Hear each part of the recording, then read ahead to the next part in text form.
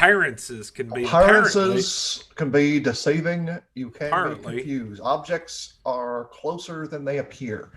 Um, how you doing, Terry? Man, I'm good. How are you doing?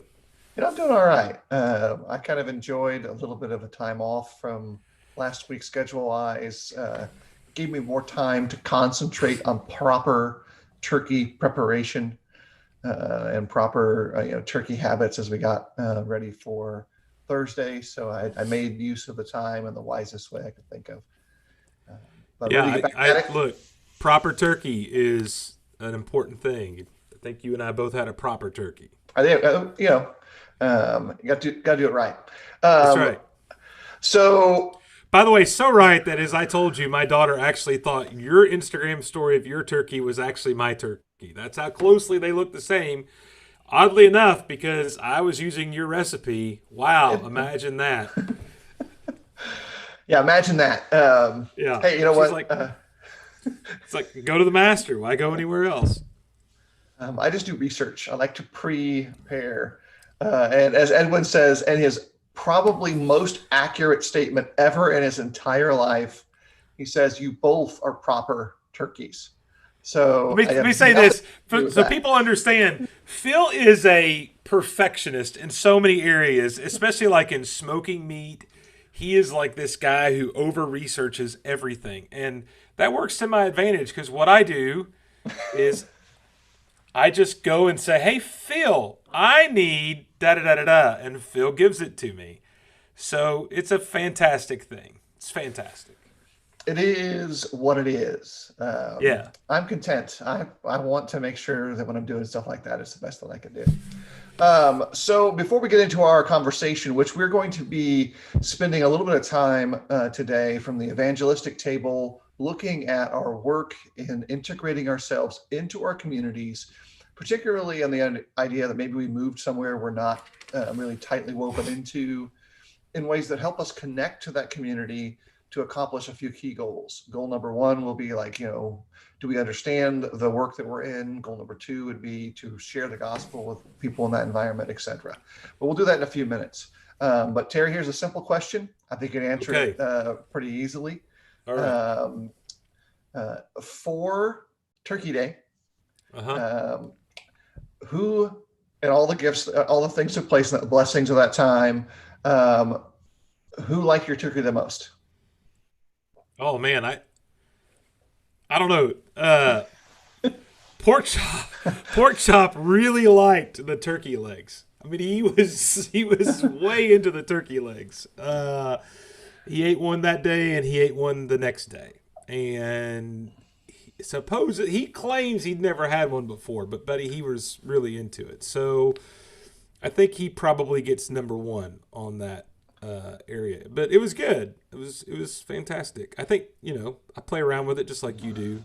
Yeah. I did not inject it this time, but I'm tempted. I bought an injector. I think I'm going to play around with it. Nothing wrong with doing that. Yeah. I think vocally, my father-in-law was the most appreciative. He also cordoned off a large component of the leftover turkey, particularly the dark meat that went with him.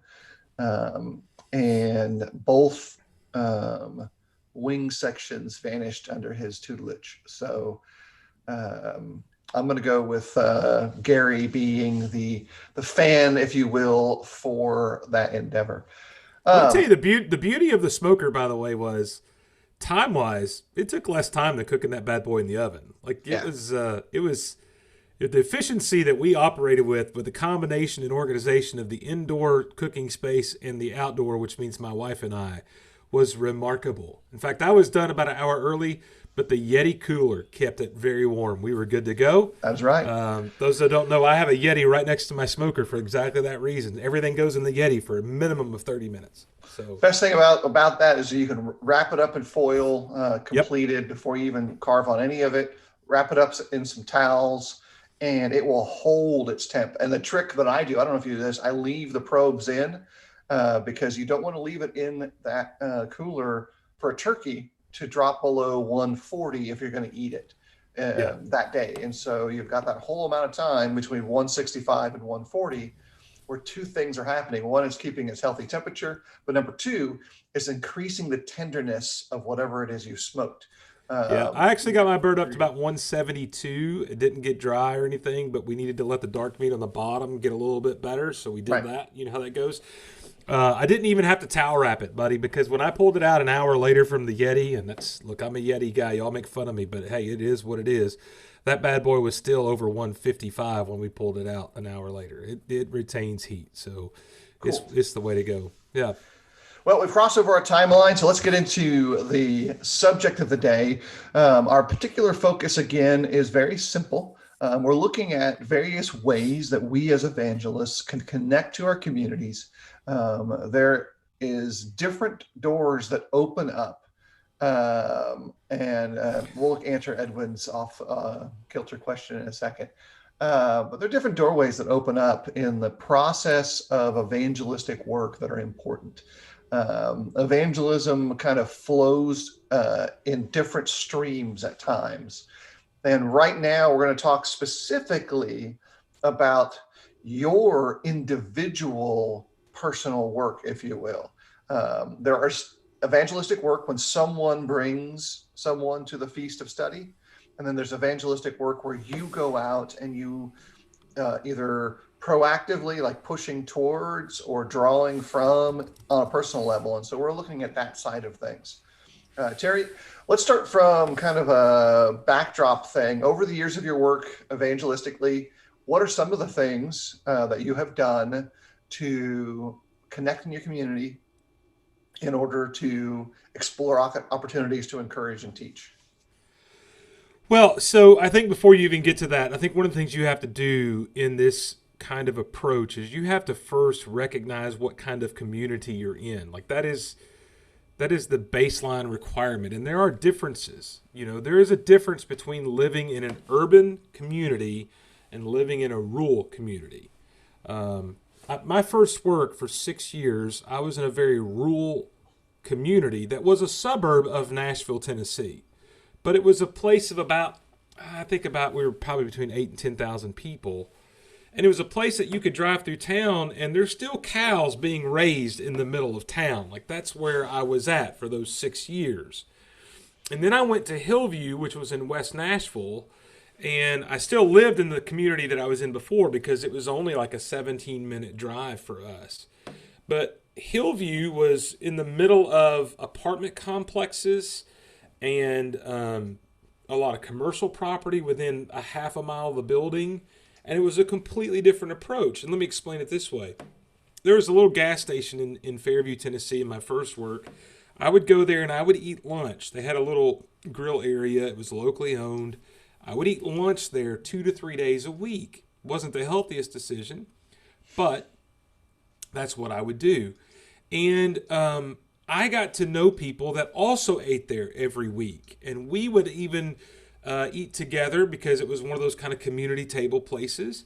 And several Bible studies sprang up out of that. Some marriage counseling sprang up out of that. All because I just ate at the same place. And I got to know the owners, all 3 different owners. It would change hands from time to time. To the point that there was like a couple times I was asked to run the cash register as a non-employee because they were so busy. Like that's the connection we had. You go then after that to West Nashville. I could eat at the same restaurant every day of the week in West Nashville and never see the same person in 3 months. Yeah. And so because of that, you have to understand there's just a vast difference between communities. And so before you can figure out how am I going to connect to this community, you got to figure out what kind of community it is. Where I live at now is more like that first work. While it's the fastest growing city in the state of Alabama, it is also a place that is, quite frankly, very rural, and people really are interested in keeping it that simple place. Very little anything open past 6 o'clock besides a couple of restaurants, mainly fast food. There's not a great coffee shop, by the way, to do a Bible study at in the evening.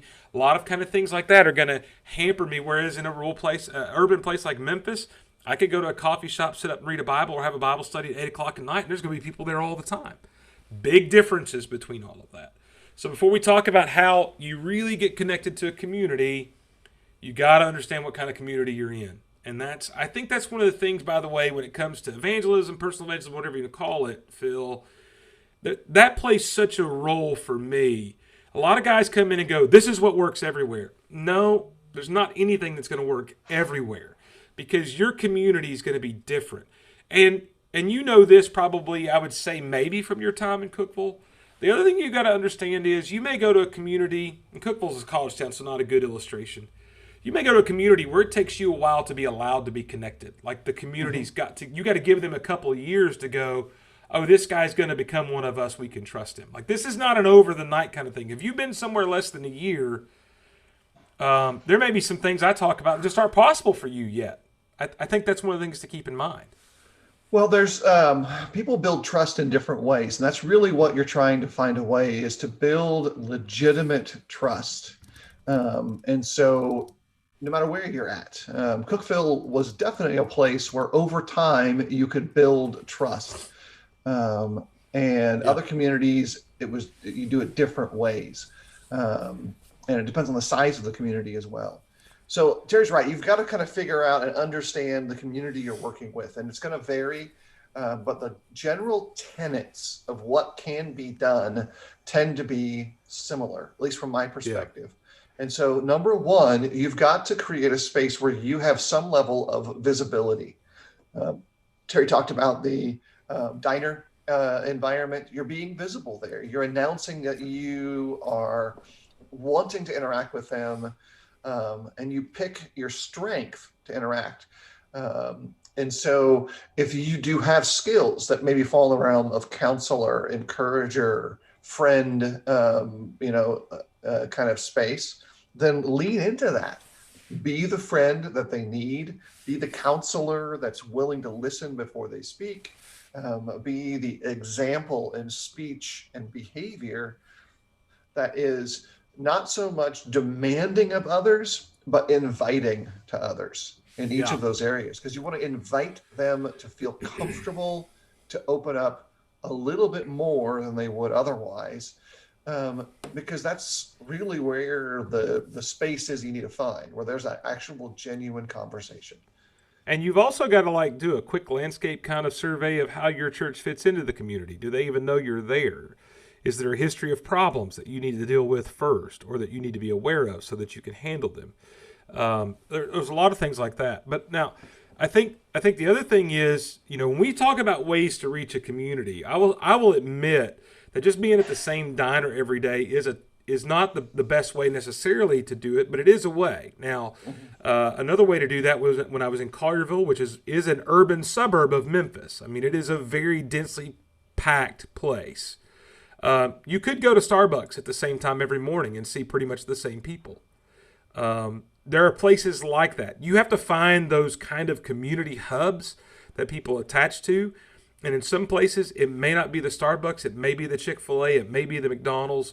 But there's some place in your community where there's some regulars that you just going in there, they're going to get to know you. They're going to be curious about who you are. My wife and I, we've started a practice a long time ago. Every Friday of the school year, we take our kids to breakfast before school. And it's always at the same place. Now my wife's drive has kept her from joining us, but I still take the girls. And now we got some kids from church that I carpool. They go with us. Every Friday morning, you're going to find us at the McDonald's, okay? There's other people, they know, they talk to us. They know about who we are. You get to know them. There's those rare things. If you, though, go to a new community, and let's say you're sent to sell insurance or whatever it is, the first thing you're going to want to do is join a networking group. There's a lot of those different kinds of things. When you join a networking group, one of the things they're going to tell you is if you want to connect to any community, there's three-pronged approach to that, typically speaking. It is through the schools, it is through sports, and it is through church. And you're already in the church kind of aspect, so you remove that. So from a personal basis, those other two things are really important. And let me say that if you hear schools and you homeschool, the reality of homeschooling today is even when you homeschool, you're in a co-op of some kind. You're in a group of some kind. That still is a connection for you, even if it's not a public school. So whatever education choice you make, if you're a homeschooler, you're probably in some co-op or you probably go to the library. That still is an extension of yourself into the community that you should be using. You should, and I mean this, you should be monopolizing those things you do as a family, schools and sports, to your advantage to get into the community. You should, especially when your kids are younger, go to every practice and stand on the sidelines. Not to yell at the coach. Do not do that, because that works against what we're doing. But being present there as a dad with the other dads, getting to know the other dads. Cannot tell you, and I'm sure, Phil, for you it was Boy Scouts. It's the same thing. Maybe you're not into sports. I know James plays basketball. I'm not saying you guys aren't. But yours is Boy Scouts. You also guys do music. And all of those things, you need to be present at everything. You need to be present at every practice that you're allowed at. My girls that are in high school now, she drives. I'm not allowed at school practice. I don't go there. I don't even go. Jillian drives to practice for her club 40 minutes away. I don't go there anymore. But I'm at every game that I can be at. Yeah. I'm at every concert. I'm at every performance. I'm at every school function. Why? That's how you get to know people. Right. And I think that's just key. There's secondary benefits to that, by the way. And Chris Kramer keys into this with his statement. Let them see that you're more than a preacher, a real person. The Pinocchio syndrome should not apply. In a really simple way, it benefits your family too. You're there. Your kids will appreciate your presence even when they don't, because there'll be days when they wish that dad wasn't there. But in the overall long-term perspective, you are serving your family while you open up these possibilities of getting to know the families of the kids your kids choose to associate with through volunteer service, through dramatic arts, through fine arts, through scouting, sports, etc. And eventually those doors shift. They don't close, because you can choose to be involved in the leadership side of the parent organizations that are connected to it. And that will continue to open doors. Right. But that's only one small corner of this, because there is a season in your life evangelistically on either side of that family edge where you won't have children in the home. Maybe you're younger in your relationship. Maybe your kids have now established their own homes. So you've got to continue to think strategically on the evangelistic table. Where can I be of value? I know that God has called me to be a light set upon the hill. Where's a spot where my light will do good? Because that's evangelism in another sense. And so you're just picking a place. Where's my hill to stand on?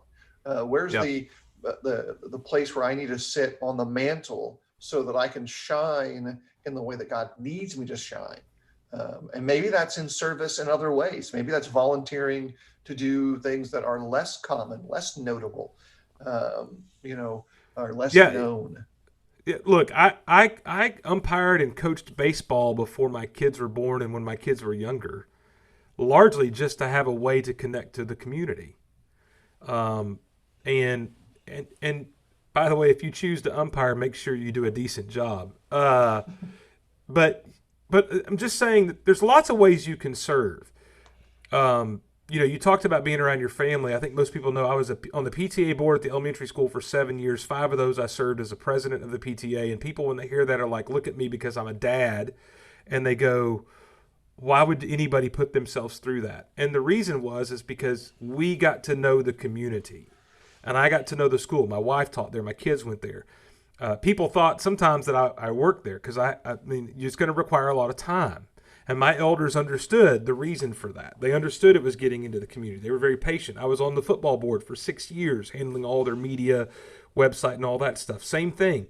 And by the way, we converted football players while we were there. I volunteered as a manager for a soccer club. I've done a lot of those kind of things. That happens to be my way to get into the community, schools and sports. You're going to have other ways, but think along those ways. Maybe it is volunteering. Maybe it's volunteering. Maybe it's being a member of the Kiwanis or the Optimist or whatever you feel comfortable with. There's a lot of options out there.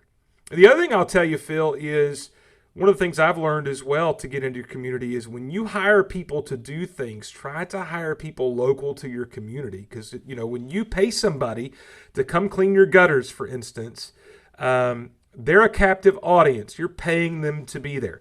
And you don't beat them over the head with the gospel, but you want to make sure they know what you do, right? You want to slide in there while you move there. You want to figure out ways to open that conversation, and you want to use that guy.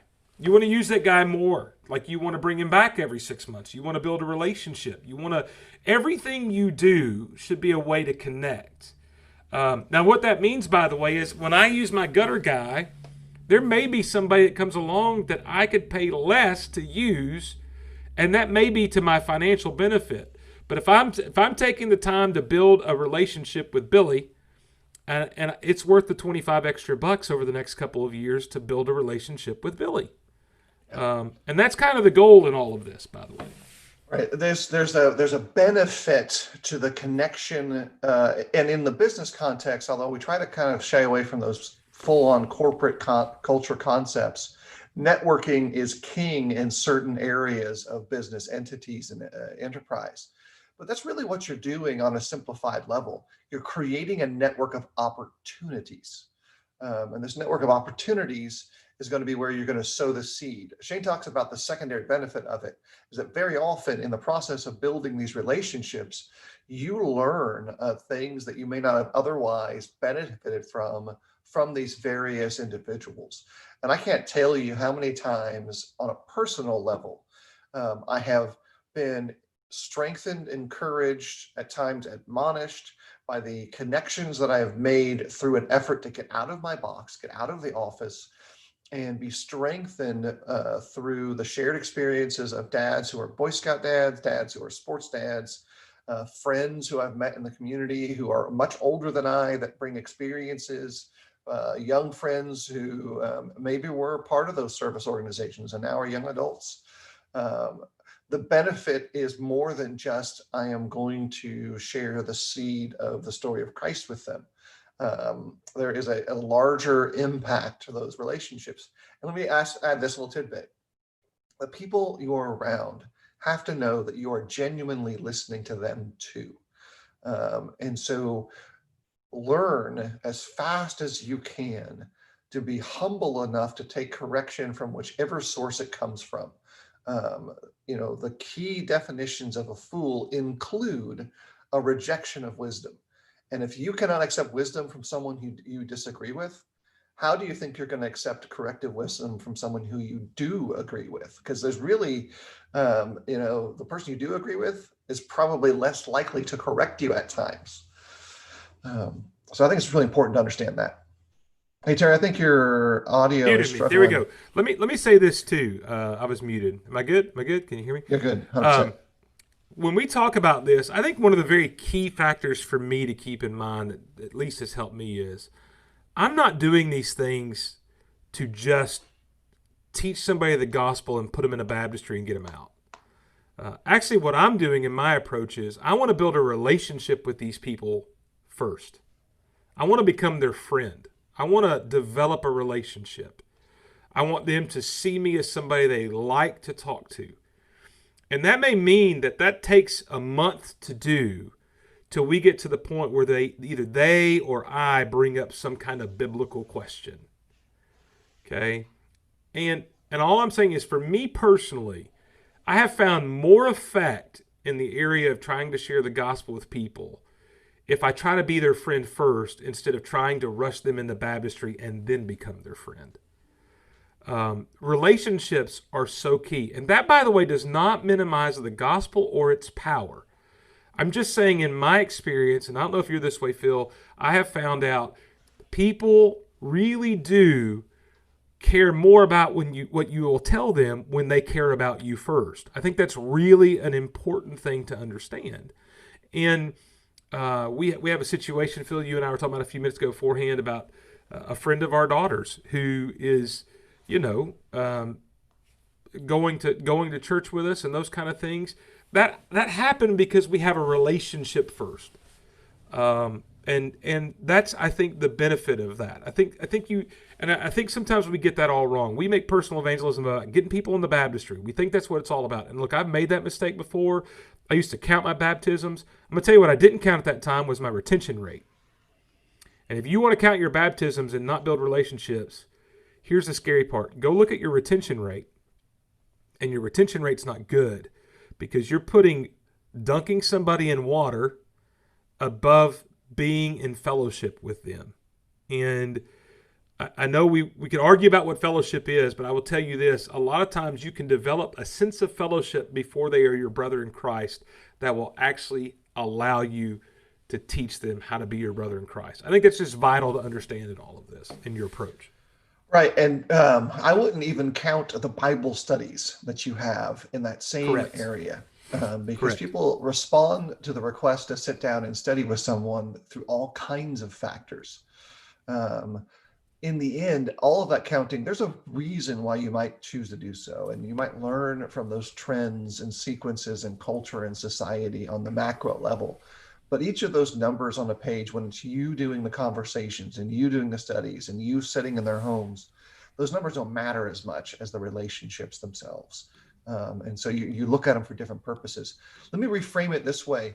And we can think about the value of finding these new community connections with this simple kind of perspective. When you think about why someone is willing to forgive even the most painful experiences in their lives, it comes from one simple aspect of our nature, which is love. Yeah. Jesus has the capacity to forgive because he loves us so much. And when we're hurt by people who surround us, we have the ability to forgive because we love.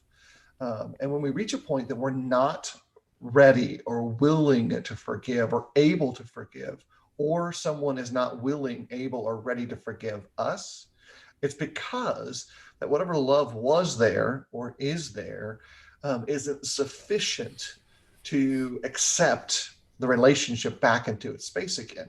Now, what you're trying to do then from a biblical standpoint, from understanding this involvement in the community, is to accomplish this goal, to demonstrate that you are a loving person to people who in various edges of their lives feel that they're not loved, they're dehumanized, to catch a phrase of Shane's comment, which is really good. Yeah. They have been excluded, marginalized, left to the edges. They are unwanted. And so because you are in the community, you should be behaving in a way that shows that disciples love each other. That And they will and do that they more love than all people. the rest. Yeah, and that they love people who aren't just like them. I think that's one of our downfalls as well, because I think Yeah. that's what Shane touches on is I'll just read it. It's been helpful to develop close friendships with people whose beliefs are much different than mine.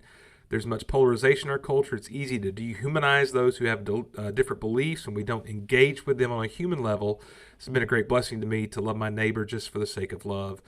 And I think that's the key. Is one of the keys to this is you want to build relationships, and that includes people that you differ with about things. Um, and there's sometimes in some areas that's really difficult for us.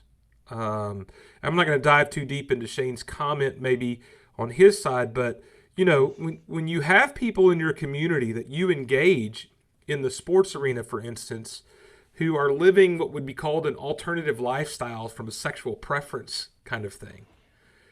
You have two ways you can respond to that. You can have the one way that responds out of a clear cut, I don't want to have anything to do with you, I don't agree with you. And I think that's our default mode. I'll tell you this, you'll never change their life that way. Or you can accept them as a human. You can treat them with kindness even though you disagree with them. And I'm not saying you'll ever truly be able to, for say that end up the way you want it to be, but at least there's a better chance of that. And our default thing on that is when it comes to political, moral issues is we really like to insulate ourselves with people just like us. What we're talking about is getting beyond that and opening up friendships to people who aren't like you. And that's a challenge. Well, we are no longer just the highest watched religious program on Twitch. We are now reaching into Denmark today. So that's where it's this evening for Rich Wow. Brown. There So you go. that's a great bonus. Good to see you, Rich, as well as everyone else International do the who's, work. yeah. International do the work. And so again, thinking through this, if we're trying to think about our roles in communities where we're going to demonstrate our nature as now disciples of Jesus, that should open doors for us to reconsider how we do that. Terry talked earlier about we tend to kind of gravitate to sameness, people who are in the same space. And that's one of the negative limitations of our earlier illustrations. parents who are in the same space. Boy Scouts are typically in the same space. Sports parents are Yep. typically in the same space. And so if you're going to be intentional about this, and I'm a big fan of a specific directed behavior with a plan, with a goal, with an outcome, then rethink where you're willing to serve and find places where you can do good in these new areas of service, even when you are going to be the uncomfortable one there. If you're Yeah. talking about your illustration of, the gentle speech of alternative lifestyles, on a very technical standpoint, we have to appreciate this reality. Every person, no matter what their life looks like right now, is in the same dire strait. Their spiritual relationship is just as tenuous without all of those descriptors. That's a human being made in the image of God, whom you should find a way to love sufficiently to open the door to not only God forgiving them, but them seeing you as someone who is anticipating a better relationship with them and anticipating the closeness that comes with that relationship. And Yeah. so if you're looking at them like they are diseased or broken or Like a leper. unworthy, then they Yeah. will know. Um, they'll know that you now think that there's less of them to offer because they've been found out. When in reality, they're the same as everybody else, including Terry and I. Here's the thing about that. It's really funny is because that issue of same sex relationship is kind of a hot button issue for us. And what's interesting about that is that we kind of have this recoil process to that, but from a strictly just scriptural definition, your neighbor who's living in adultery that you don't have near as much angst about as you do that is in as much lost condition, right? I mean, from that standpoint, Mm-hmm. and from a quote sexually immoral position. But we've gotten kind of desensitized to one and the other's still a hot button issue. And all we're saying is not that you overlook the sin, but that you still need to treat all people with love and with kindness in order to try to have that opportunity to show them where they need to change. That's really the point of all of that. And by the way, one thing to throw out there about that's not in the sports or school arena, things like Toastmasters are another great way to get into your community. By the way, one of the great things about that, if you've not done Toastmasters, is it's also a great way to work on leadership and speaking skills. But in most places, there's a Toastmasters Club meeting, maybe a couple, and you can be a part of one or a couple of those. You can make some connections that way. Just something else to throw out there. There's a lot of opportunities out there to get into your community to use for this kind of connectivity approach. You just sometimes have to be creative in finding them. Right. You've got Habitat for Humanity. You've got rescue Right. shelters. You've got soup kitchens of all the various varieties. You've Correct. got various pantries that exist. There Correct. are, in our community here, there's a number of impoverished culture focused service organizations that aren't connected to a particular religious group, that do not There's have the community centers baggage. that are set up in a lot of Um, places. you There's a lot of know, things. community centers, we can volunteer as a coach. You can Correct. volunteer in various capacities. Um, you know, a particular human greeting matters. Um, you know, um, there is some great opportunities to do good in that area. And everyone's going to come with a lot of baggage. And Edwin talks about this. I'm going to give a couple of points of balance in this regard, from my own experiences and then from Edwin's. So a little pointer when studying with someone whose sin is same gender sexuality: hold their hand when you pray together. Give them a hug when you say hello and when you say goodbye. Obviously, ask permission first, because not everyone who pursues homosexuality is touchy-feely. But when they are willing, these moments of touch are a big, big way to show love. You don't have to be weary of the understanding there are some who bring with them the pain of abuse, Hmm. where any touch is highly uncomfortable for them. Correct. And we got to kind of learn to communicate safety. Um, and that's challenging. Someone who is like Terry and I, who are plus 6 foot, plus 200 pounds, we tend to have this big guy syndrome where we walk into a space and we Speak have for yourself. I walk into a space, uh, and we have a big personality. We're loud, and so that can be off-putting to individuals who are uncomfortable with it. Maybe they, all those things are like, I don't like. What's the big deal about that? The big deal is wherever you're at, you've got to figure out a way to present whom you genuinely are, which is a disciple of Jesus, even though you might be encumbered by a mix of physical and emotional and all that other stuff going on in your life that isn't whom you genuinely are. And that includes racial issues, that includes sexual preference issues, that includes all these things that make people unique. Right. And so it's a real strong moment of realization when you can say, hey, look, this is who I am, and be Yep. comfortable at that point. It's in Toastmasters. Let me use illustration. They teach you when you're going to be a guest speaker somewhere to arrive early so you know the room, so you can know what the room size is, because the size of the room that you speak in will change the size of your gestures. It will change the volume of your voice. What kind of sound system are you using? If you're using visual aids, are they effective? Are they going to be effective? How are you going to do that? You've got to know the room before you ever get up to speak. And the same kind of idea is applied to what you're talking about here, Phil. When you deal with somebody, regardless of who they are, maybe they have a past, maybe they don't like loud people.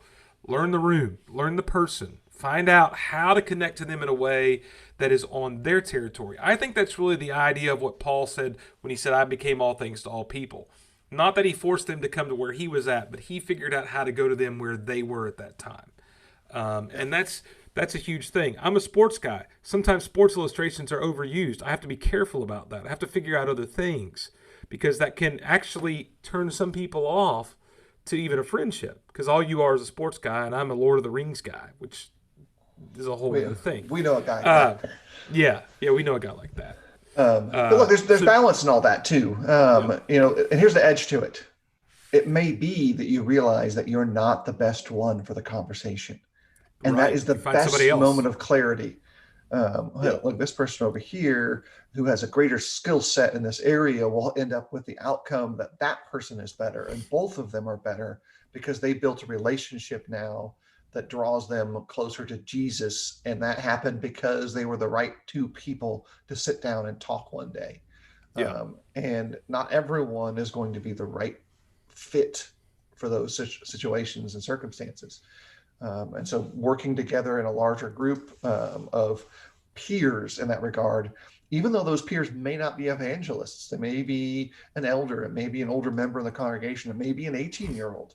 In your peer aspect of relationship is we are all children of God. And that's the peership connection between the group in that sense. I think one of the things that kind of to me, and maybe this would even, I don't know if this wraps it up or what, but when it comes to this idea of connection, is really what we're talking about, which leads to the evangelism teaching moment. I think what we're trying to say is that a lot of times the way we try to approach that is some kind of event. We're going to go knock on doors. We're going to have a special series. Like we try to do that with some kind of strategically planned event. When really the best approach to that is just go through life and seize the opportunities that are happening to you all around you. And quite frankly, in a lot of ways, the things you're already doing, you're just not seeing it that way. Yeah. And that's the key to all of this. The easiest way to connect to your community is to connect where you're already at. Connect in your neighborhood. Connect through your school. Connect through your kids' sports. Connect through Boy Scouts. Connect through if you go to Toastmasters. Figure out a way to connect where you're already at. What I've seen in art, and I'm sure you've seen this too, Phil, is that in my 20 plus years of preaching, and this applies to the members too, a lot of times we're really comfortable when the church comes in and says, all right, here's our evangelism program. This is what we're going to do as a program. And people may buy into that. What we're not good at is just having the kind of mindset that loves people, builds relationships, ultimately for the goal of glorifying God and leading them to Christ. And that happens in every way. I'll brag on Edwin. One of the great ways he attempts to do that is whenever we go out to eat, one of the things he does is he will say to the server, hey, in a few moments, we're going to be praying. Is there anything we can pray for you about? By the way, I've never seen a server that did not first kind of have a shocked look on their face. Like, what did this crazy redheaded dude just say, right? But I've also never really seen anybody that said, "Oh, I don't have anything," when I've been with Edwin. Maybe that happens. There's always something that person can come back and say, "Hey, I'd like for you to pray for my grandmother," or "I've got this coming up," or "I've got that." Simple way, and that's just simple things like that. Every interaction you have is a way to connect with somebody. Try to use those interactions. That doesn't take a program, Phil. That's what I'm saying. Fundamentally, the most effective evangelism that you can do is the evangelism that you do. Yeah. I don't care which package you pick underneath that. I want to thank everyone for joining in the conversation today. It's great to see and hear from many of you, even as far away as Denmark. I hope they have brisket for you on your behalf there, Rich. I know they've got some good food there. I'm sure you'll be just fine. As we close today, I want to encourage everyone to know a couple things as we go into this holiday season. It's going to be okay. Whatever stresses happen in your family life, evangelistically, congregationally, it's going to be okay. It's not going to be okay because I said so. It's going to be okay because God has a plan. His hand still rules the nation. And if Terry and I can help you in some way, then absolutely reach out to us and we'll do our very best to point you to Edwin's answers. Last comments, Terry? We good? Just say no to Lord of the Rings. That's one of my comments. Thanks for joining us today. I really do appreciate it, and look forward to being together again next week.